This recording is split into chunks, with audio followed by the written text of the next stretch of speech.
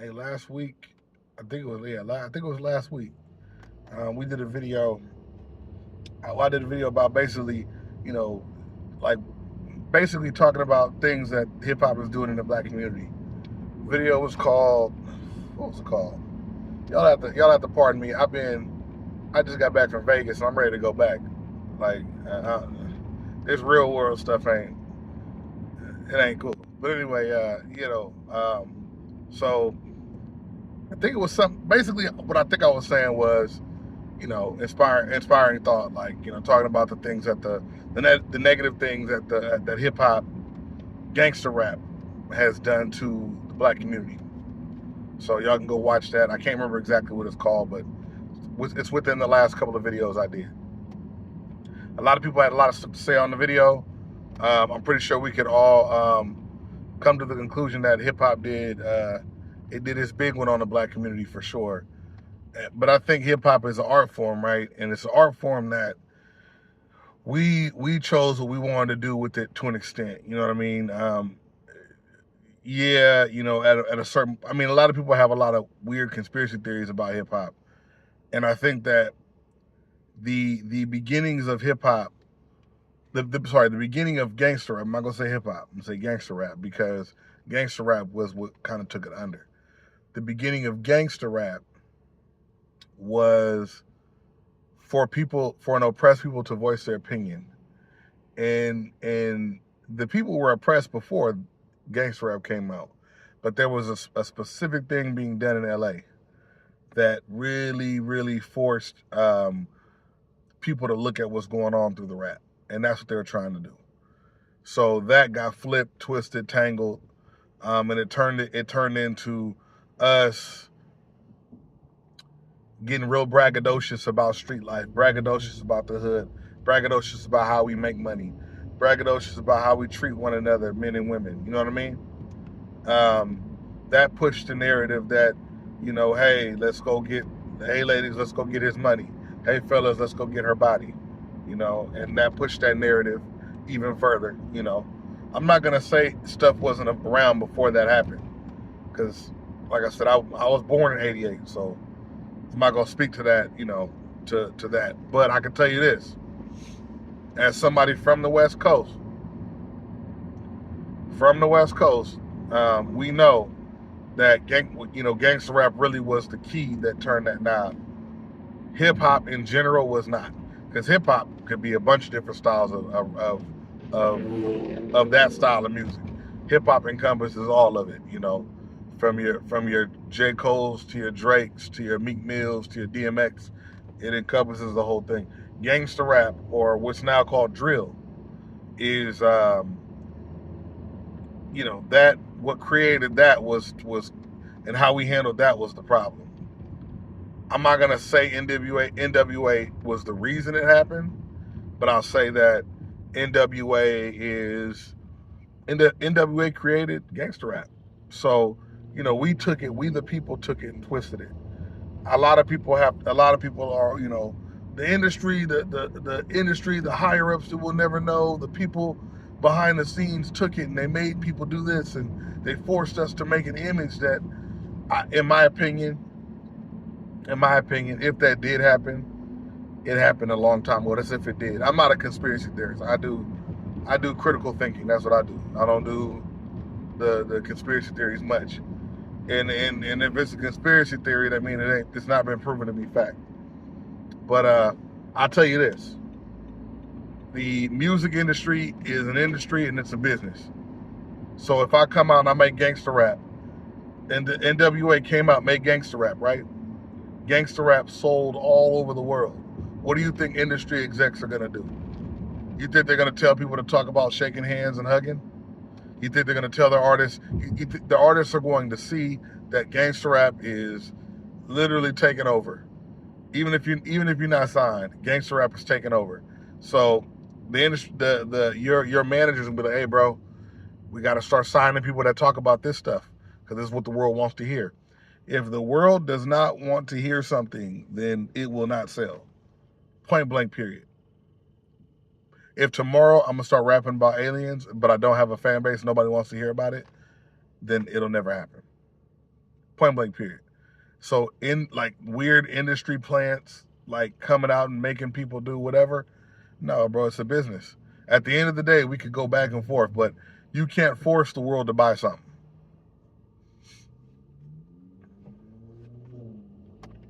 That's it. You can't force the world to buy something. This ain't the COVID vaccine. No, this is music. So yeah, like I said, you can't force the world to buy nothing. The world will.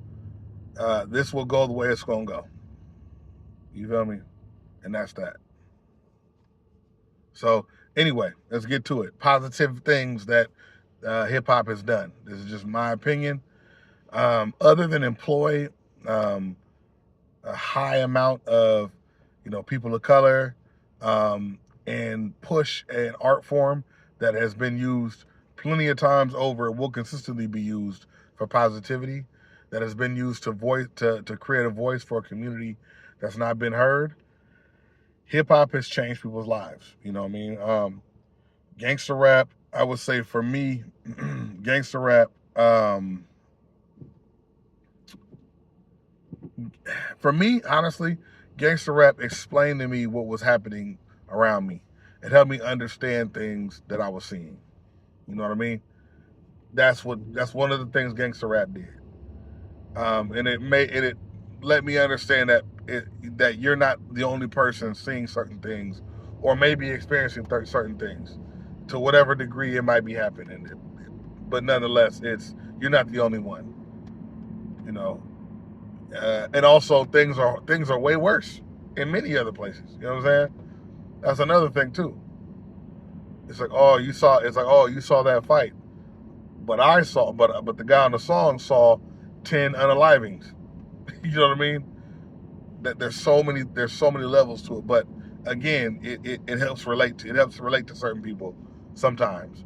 But I will tell you this: hip hop in general, aside from gangster rap, hip hop in general changed my life. I talked about in the video a long time ago, where I was in a battle with my mental health and how I was going to go about it, and it was affecting my life, and so on and so forth. And I was able to, I don't know what I used. I think at this point in time, mixtapes were cracking. This might have been 2013 or 2012, somewhere in that realm, right? Might have been a little bit earlier than that. To keep it a buck with you, but I heard of a rapper called. There's a rapper named Kid Cudi. So started listening to Kid Cudi, right? And when I started listening to him, it started to open my mind to not the fact that I needed help, the fact that other people feel like this, and it's okay. Not okay like don't do nothing about it, but you're not losing your mind is basically what it is. You know what I'm saying? So um, I took that, and I was able to kind of start doing the work, and I was able to, you know what I mean? You know how you watch some exorcism movies where you got to say the demon's name? I was able to say the demon's name, right? Anxiety, depression, whatever, right? And I was able to kind of go from there and really sort of kind of hone in on my mental health, and that really helped a lot, because you got to know the issue. You have to know what's going on. You can't just pretend there's no issue. The very first step, like, nobody gets anything fixed if they act like it doesn't exist. So I had to stop acting like it doesn't exist. I had to stop ignoring it. I had to stop, pretending like there wasn't an issue. So that, honestly, to me, hip hop, that's the biggest thing hip hop ever did for me personally. You know what I mean? But again, hip hop employed hundreds of thousands of people of color. It's responsible for spreading history, for spreading knowledge amongst the people. Again, we could say it also is responsible for spreading false information. Don't get me wrong. But also, it's an outlet for people that could otherwise be violent, right? I mean, there's people that, if it wasn't for rap, they'd be out there, be snatching your mama's purse, they're robbing you, booking you. So Yeah, book them down though. But yeah, man, it's kind of one of those things, man. I didn't want to make this video too long, but I wanted to let y'all know that I looked at the comments, and I know that I understand that a lot of us have certain theories on how stuff happened. I don't have the same theories, and that's fine. But I can say that at the end of the day, we all know, which I'm happy about. We're all on the same page of like, gangster rap is doing far worse for our people than we think it is. You know what I mean? We think it just makes people want to pick up a gun. No, we're talking about an entire group of people, an entire music genre that makes people want to do way more than just that. It's how we treat our people, how we treat our women, how they treat the fellas, how we look at each other, our self-worth. A lot of that goes into that, you know. And it's tough. It's tough, but I think the key to it though is if we create a society, which could be done, by the way, but if we create a society that values preservation a lot more than ours does right now. If we did that, then that would be great. But what ends up happening, here's the thing, is there will always be hoods, unfortunately, right? There will always be hoods. And now Dre's sticking up. There will always be hoods, right? And where there's a hood, there is a story. And that story there's nothing wrong with voicing that story. But the story feeds into the popularization of the hood. It feeds all into that. And it's unfortunate. It's not necessarily that's not necessarily the thing everybody is trying to do, but unfortunately it does that. Where there's a hood, there's a possible, there could possibly be a gang there. There you go. Now you have a rapper from a gang. Gangster rap. You know? And that's the unfortunate part about it. So that stuff will be there, but you have to make you have to make preservation more popular than anything. But remember, the ghetto story was created so that people knew that something was happening somewhere that they didn't know about. It wasn't meant for you to be happy to hear. It wasn't meant for you to be sad to hear. It was meant for you to hear somebody's story and what's happening in the underworld, quote unquote. Because I would imagine back then, with nobody voicing their story, you probably feeling, you might have been feeling unheard at that time. Like I said, I was born in '88, so I couldn't tell you. But I can say this though: nobody wants to feel unheard. I can say that. So it's a tough one. I will say it's definitely a tough one.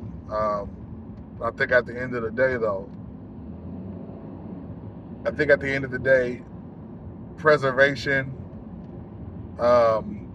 generational wealth, healthy households, mother and fathers, active, happy. I think that's one of the key goals. That's one of the key things to really kind of fix that. Because once you start getting two-parent households, healthy two-parent households, you can start to even discuss generational wealth. And then can kind of go on and you can kind of go from there. And then we could be in a situation where there's not really a need for many hoods almost at all. And then now the voice of the people changes because the people have changed.